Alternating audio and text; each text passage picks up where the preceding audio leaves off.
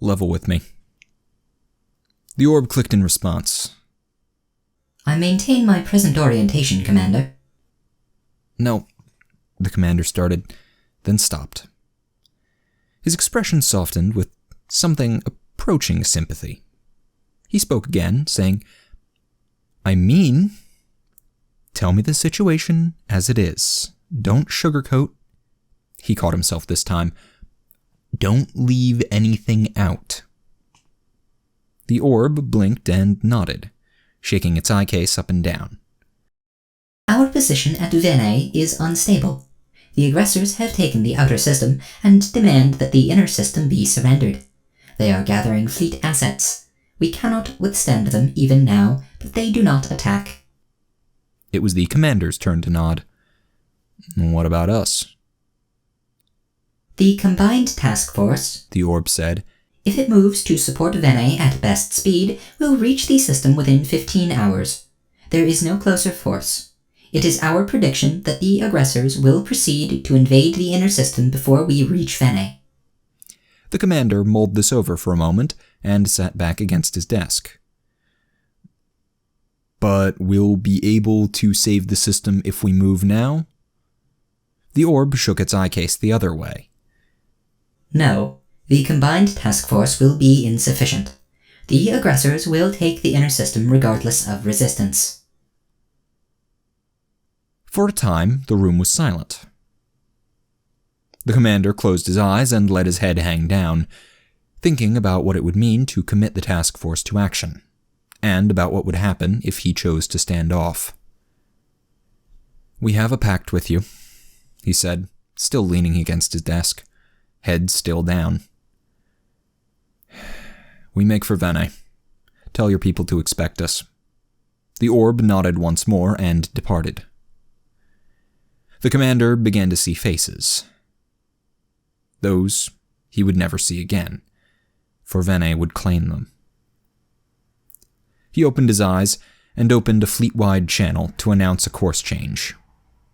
12 hours later, the command staff stood in a circle around the holoset aboard the bridge of the flagship, watching the sensor data pour in.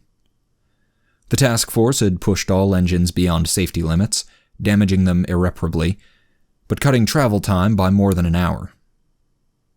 The lead vessels were now close enough to Vene to access the system's sensor network, and the information they were collecting was now being shared throughout the fleet. The situation was entirely hopeless. The aggressors had begun their attack 7 hours ago, and were now encroaching upon the second planet, the final fortress of Vene. Friendly forces had been decimated and were now making their last stand around that world, fighting to their last breath against a dozen fleets, each more than 20 times their own tonnage.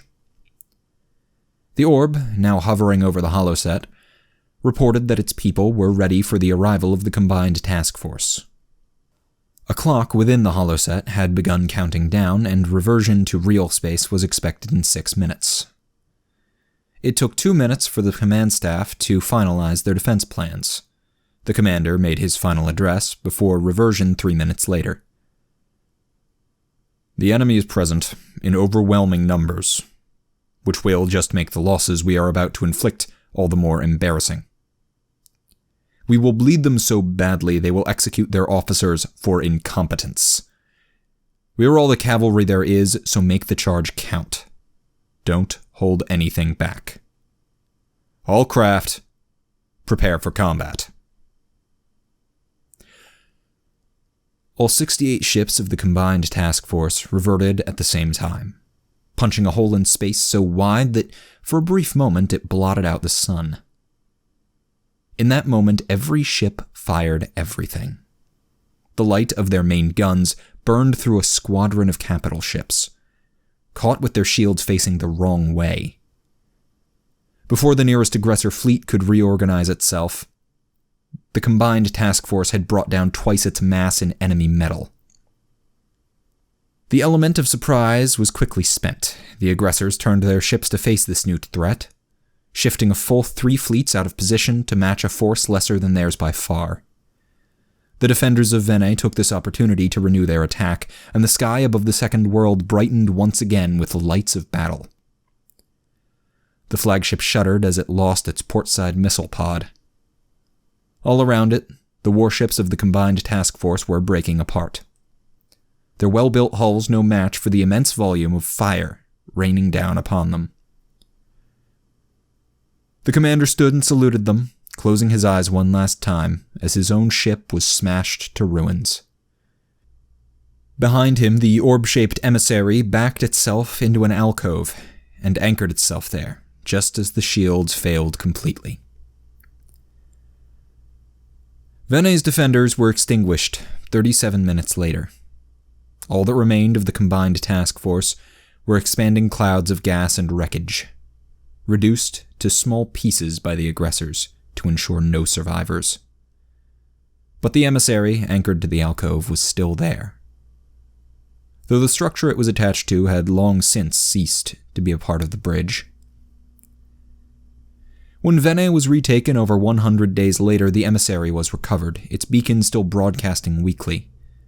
Its memory was made part of public record. Parts of it were played at the signing of the treaty with humanity, formally bringing the two empires together in unity. The ambassador told those gathered the full story of the Battle of Vene. In 200 seconds, a meager 68 ships destroyed or crippled 4 times their number of enemy vessels, including 3 battle cruisers and a command carrier, each of those far outmassing the human flagship. The combined task force perished in its entirety, but it left 3 fleets in disarray and, by drawing these away from the defenders, magnified their effectiveness against the remaining ships. As was their custom, the aggressors left the corpses of their dishonored dead floating around one of their gutted ships. Among them were hundreds of high-ranking officers, including an admiral, executed for incompetence. Vene maintains its own special fleet unit, numbering 68 ships.